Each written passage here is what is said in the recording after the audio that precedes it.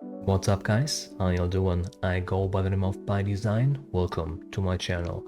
Welcome to Vinylty Fair. This is my monthly vinyl haul show that I do here every last day of the month, where I basically just walk you through my pickup for the month. Now I will be showing you all the records that I got. I will talk a little about why I got them, what I paid for them, what my favorite track is on there, and basically give you just a little bit of background on the record or the artist themselves, right? Now I'm doing this show basically because, like, first things first, I just like to show off my collection. That is just I think, a vinyl collector thing, like a habit that I picked up. But I also just really want to spread like my love and passion for music. And if I'm able to get anybody interested in something or hooked on something that I'm showing off here, maybe an artist that you never heard of, maybe a like style of music that you haven't discovered for yourself yet, like that would be really cool to me. Like, I'm the type of person that is just really attached to music and all the emotion that music is making me feel, and I know that there are a lot of people out there that think the same or feel the same, right? And I know like how important just the feeling of music is to people like us, right? And again, if I manage to find something for you that you like, that you enjoy, that is like basically the ultimate goal, right? But guys, before we jump into the haul, if you like the vibes over here, please consider subscribing to the channel. The new algorithm has been pretty hard on everyone who is doing what YouTube needs to be non-original content, and even a tiny hobby channel like mine has seen a drop off in its analytics by almost 90%. And even though I'm doing this just as a hobby for fun, doing it for 90% less people than before the new algorithm hit is kind of like 90% less fun to do. So every comment, every subscription, every like is highly appreciated. But without further ado, let's just jump into the haul. So the first record that I want to show off is basically part one of 3 records that I got. It is part of an anthology series that as of right now has a total of 3 volumes out, and I was finally able to get all 3 of them. They were all pretty expensive, like at the 50-60 euro mark, right? But earlier this month I was able to get a pretty good discount of all of them, like 20-25%, right? And even though I still paid like 35 or in some cases like 40 bucks on them, they're still worth every penny, at least in my book, right? So the first record that I want to show off is called Pacific Breeze Volume 1. Now you've probably seen this cover. This is actual art, this is an artwork by a Japanese artist called Hiroshi Nagai. I actually have, I think, 6 pictures by him hanging on my walls in my house, because I love this type of art style so much. You've probably seen iterations of this type of art, because it has just gone really popular, but this is an original artwork by him. Now, this is a compilation album of just basically Japanese city pop and Japanese like boogie funk inspired music from 1976 to 1986. It is a double LP release, so it has a total of 16 tracks on it. Each side has 4 tracks, right? I think this is a limited release. It already came out in 2019. I know there are different versions of it out there. Which one do I have? Oh, I have the green and blue version of it, right? All 3 of those releases come in like different color morphs. So this is the blue and green limited edition. And I just want to show off because I think it is really cool. It comes with this like small insert. Can you see it? Yeah, you can like kind of see it. That actually gives you background on every single track that is on here, which is so cool. As someone who's like really interested in like the history of music, just like broadly itself, right? This is like such a cool extra for me. Yeah, so one of the tracks that I really like on here is from side C. It is track number 3. It is by Masayoshi Takanaka and it is called Bamboo Vendor. It is a very like almost Hawaiian inspired kind of like boogie type vibe song that is really just interesting fusion of different like art directions and like production styles. It's like super experimental, but I really dig it. So yeah, like I said, it is a limited edition, so I don't know if you can get it anywhere anymore. I mean, I was able to get like, I think like a kind of clearance sale deal on this. I know it wasn't like OVP product, it wasn't like a used record or anything, but I think it was probably from like a clearance sale, right? But yeah, overall just a really cool record. So then the next record is of course part 2 of the series. So now this is Pacific Breeze Volume 2. As you notice right off the bat, it is the same art style, even though I think this is technically not Hiroshi Nagai by himself. This is basically just, again, adjacent to his art style, right? Now it is the same concept as the first release in the series. It is a double LP release with a total of 16 tracks, so you have 4 tracks on every side. It is also Japanese city pop and funk with a little bit of a DAW mixed into it. And this is actually from 1972 to 1986, though this starts a little bit earlier than the first record, right? And one song on here that I definitely want to talk about, and I just talked about my interest in music history, right? If you want like an actual piece of music history, listen to track 2 on side B. There's a song on there called Last Summer Whisper by a female artist called Anri. This is a track that was sampled so many goddamn times in so many like R&B releases, like chill pop releases. Like the moment you start listening to the song, you will instantly recognize every single instrumental line in there. Like you will you will immediately hear, oh, I know that bass line, oh, I know the guitar line, oh, I know that key line, oh, I've heard the entire intro as a sample on like something else. Like so many artists have sampled from this just one track alone. So the version that I have is the splattered yellow edition. So this is not a color morph like the first one, this is a splattered vinyl, right? Again, I think I paid 35-40 bucks for it, something in that range. Again, they usually cost like 55-60 bucks. So I'm really happy that I was able to get it at like a discount price, right? And then of course, to top it off, Pacific Breeze Volume 3. Again, very same art style as the first 2 releases. Now, even though this is a limited edition and there are several limited editions out there, this you can actually like pretty casually still pick up if you wanted to. Again, the same concept, double LP, 16 tracks, 4 on each side, Japanese city pop, boogie, adore fusion type style, and then just one example track to talk about here, maybe from side A, the first one, Naomi Akimoto, Bewitched. This one is actually a kind of more like Western inspired city pop, like all of city pop inspired by Western pop from the 80s, right? But I think in this one you can just like hear it a little bit more.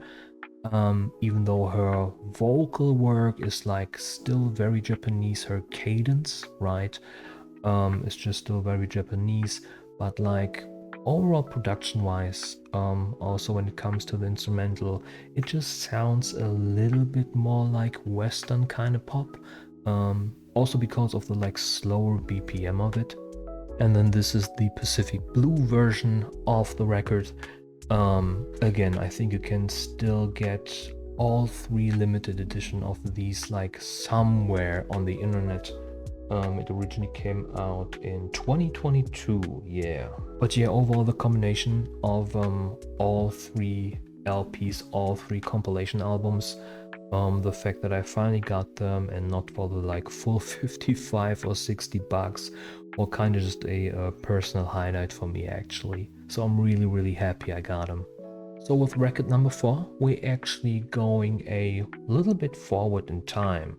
Not actually going forward, but we were just in the like 70s and 80s, and now we're all the way in the year 2001, which is still like, it was like 24 years ago. God damn it, I'm old, man. Anyway, this is a record from my childhood that I still to this day absolutely love, and I just want to get my collection completed by getting all of the records from this artist, and you're probably very familiar with this one. So this is A Funk Odyssey by Jamiroquai. Now of course this has been out for a while, but again, my habit of shopping vinyl on a budget, only shopping when it's like on sale, has kept me from getting this for a long time. And I mean, again, if we're talking music history, I feel like this is an album that is just absolutely timeless. Like, you can listen to this like whenever and it still feels like modern, up to date, and the overall just style and production of it is just, it's amazing. Like, it is amazing. I mean, you have absolute classics on here. Little L, You Give Me Something, Love Philosophy.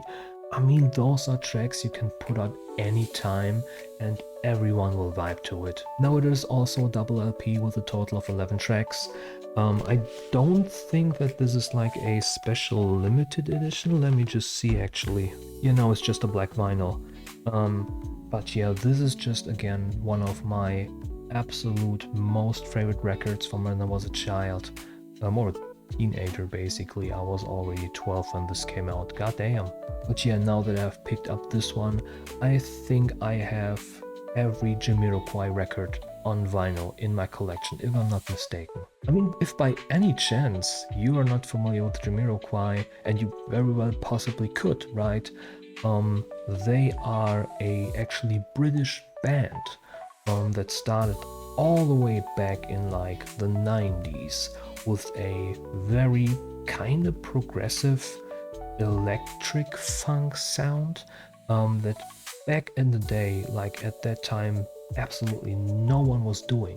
Like, they were the pioneers when it came to that style.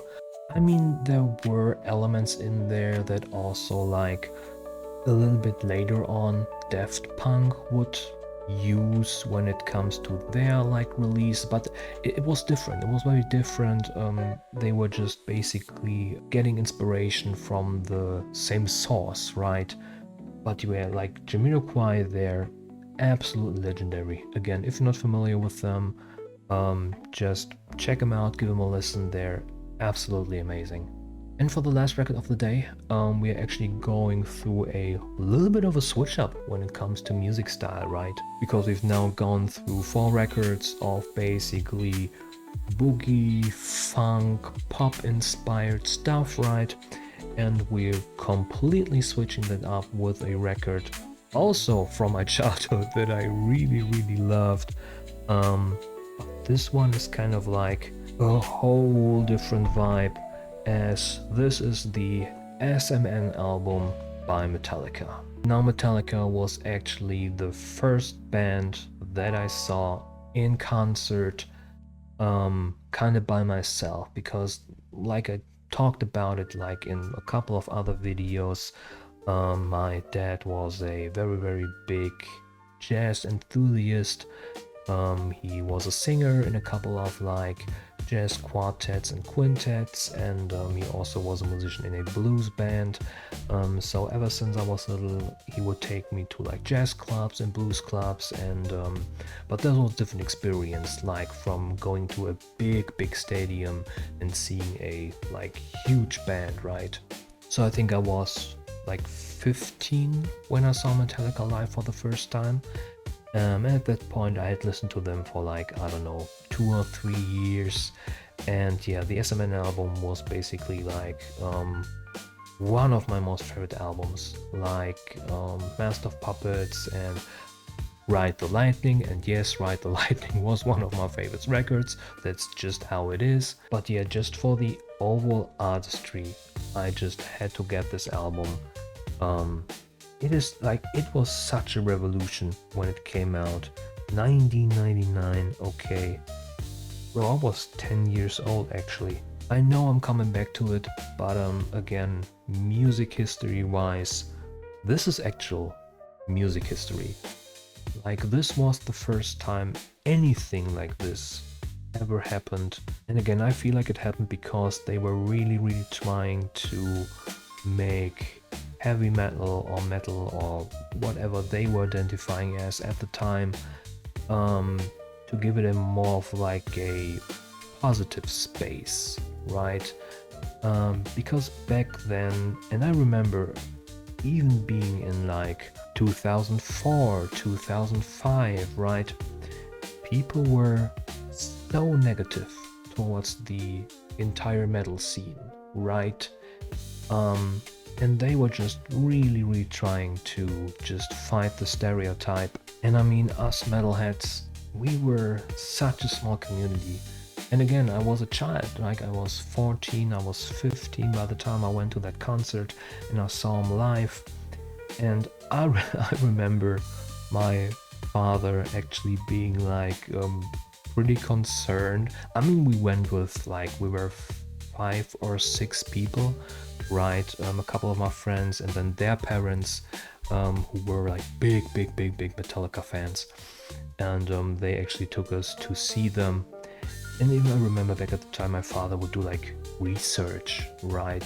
Back then, like, the internet wasn't like really a thing, but he was working with computers already back then.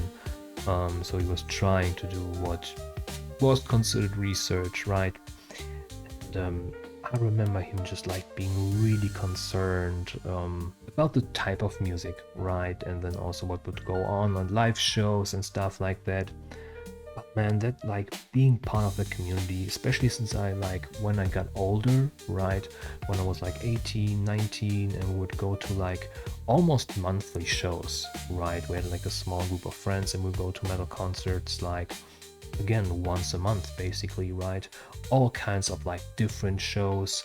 But then when it was like my early 20s, like my mid 20s, we would like almost exclusively go to hardcore shows, right? Like Agnostic Front, Terror, Hatebreed, Madball, all that type of stuff, right? And that community was just amazing. Like, everyone was like so chill, like literally, like everyone was like so cool. It was such a positive community. And yeah, it was like, I don't know how it is now, because I haven't been part of that community in a long time. I haven't been to concerts in a long time, mostly due to my, again, all of my disabilities, right? But yeah, that community has always, from at least what from I experienced, has always been so positive and so cool. But it was like demonetized and stigmatized for like such a long time. But yeah, so just a little bit of personal history here. But yeah, again, absolute music history. This is so cool. Like, this is an amazing release. I haven't listened to it yet on vinyl, it is still sealed. But I'm gonna crack it open and man, this is gonna be an experience. So yeah, guys, it has been a small haul this month, because again, life be expensive and I gotta, like, you know, from time to time hold my money back a little bit. But also I did some pre-orders for September. I don't think that I will actually be getting all the Rex September, so I don't know what my September haul is gonna look like right now, but I'm really excited for September, October. I ordered some really cool stuff, and yeah, I just hope again that this was interesting to you, that there was something in there that you were interested in, that you liked. And again, leave me some comments if you picked some up this month. Maybe give me some recommendations based on the stuff that you've seen on the show, on this episode specifically. So we just can like share our love for music, right? But yeah guys, I think I'll leave it here. If you like the video, please make sure to like the video. If you like the vibes over here, please make sure to subscribe to the channel. You can do so over here, by the way. I would really appreciate it, and I hope to catch you guys on the next one. Right, bye.